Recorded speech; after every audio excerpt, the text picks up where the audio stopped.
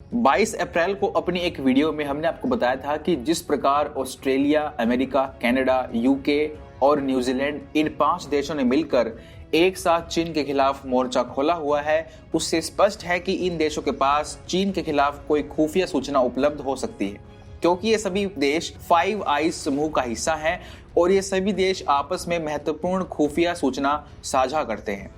अब इन 5 देशों का एक डोजियर सामने आया है, जिसमें इन 5 देशों ने चीन पर कई बड़े आरोप लगाए हैं और सबसे बड़ी बात यह है कि इस डोजियर में वुहान वायरस और वुहान में चीन की एक लैब के बीच सीधा संबंध होने की संभावना पर काफी जोर दिया गया है। गौर करने वाली बात यह है कि फाइव आइज के 2 महत्वपूर्ण देशों यानी अमेरिका और यूके में कोरोना ने सबसे बड़ी तबाही मचाई है। अमेरिका में तो 11 लाख से अधिक लोग इस वायरस से संक्रमित हो चुके हैं, जबकि इससे लगभग 70,000 लोग अपनी जान गंवा चुके हैं।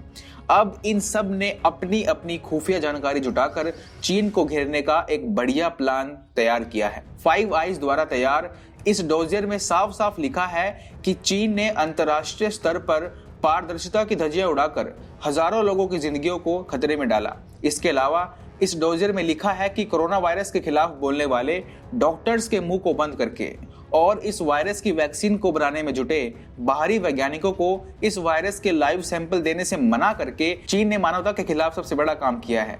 दरअसल आज वुहान की जिस लैब पर कोरोना वायरस को फैलाने के आरोप लग रहे हैं, उससे जुड़े कुछ वैज्ञानिक आज से कुछ वर्ष पहले ऑस्ट्रेलिया में आकर परीक्षण कर चुके हैं।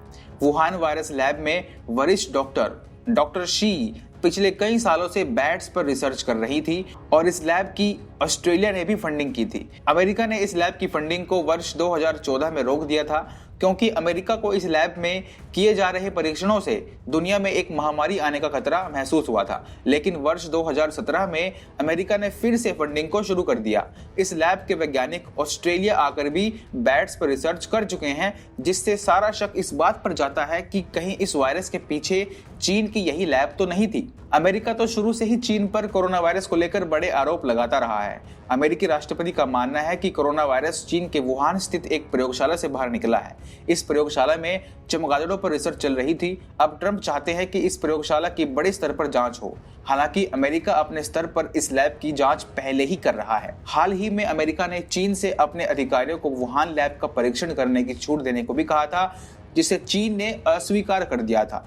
ट्रंप यह पहले ही कह चुके हैं कि अगर यह सामने आता है कि चीन ने सब कुछ जानबूझकर किया है तो उसके गंभीर परिणाम उसको भुगतने पड़ सकते हैं। वहीं ऑस्ट्रेलिया की बात करें तो वहां के विदेश मंत्री पहले ही यूएस का समर्थन करते हुए चीन पर आंकड़े छुपाने और पारदर्शिता न बरतने के आरोप लगा चुके हैं। ऑस्ट्रेलिया के विदेश मंत्री मैरिज पेन ने हाल ही में चीन द्वारा कोरोना वायरस को लेकर संभावित ढील बरतने की जांच करने का समर्थन करने की बात कही थी। इसके अलावा ऑस्ट्रेलिया के पीएम स्कॉट मॉरिसन भी अपने विदेश मंत्री को समर्थन दे चुके हैं। उधर यूके में भी अच्छा खासा चीन विरोध देखने को मिल रहा है और लगातार वुहान लैब थ्योरी के पक्ष में बात की जा रही है। ब्रिटेन के विदेश मंत्री डोमिनिक रैब ने हाल ही में कहा था कि चीन ने शुरुआती दौर में जिस तरह कोरोना वायरस से निपटने की कोशिश की, उसकी गहरी समीक्षा की जाएगी। उन्होंने कहा था ब्रिटेन सरकार को चीन से जरूर कड़े सवाल पूछने चाहिए कि आखिर कैसे यह महामारी सामने आई। कुल मिलाकर ये फाइव आइज के सभी 5 देश अब ना सिर्फ चीन को आड़े हाथों लेने का एक खाका तैयार कर चुके हैं, बल्कि उनके पास चीन के खिलाफ कार्रवाई करने का अच्छा खासा आधार भी है।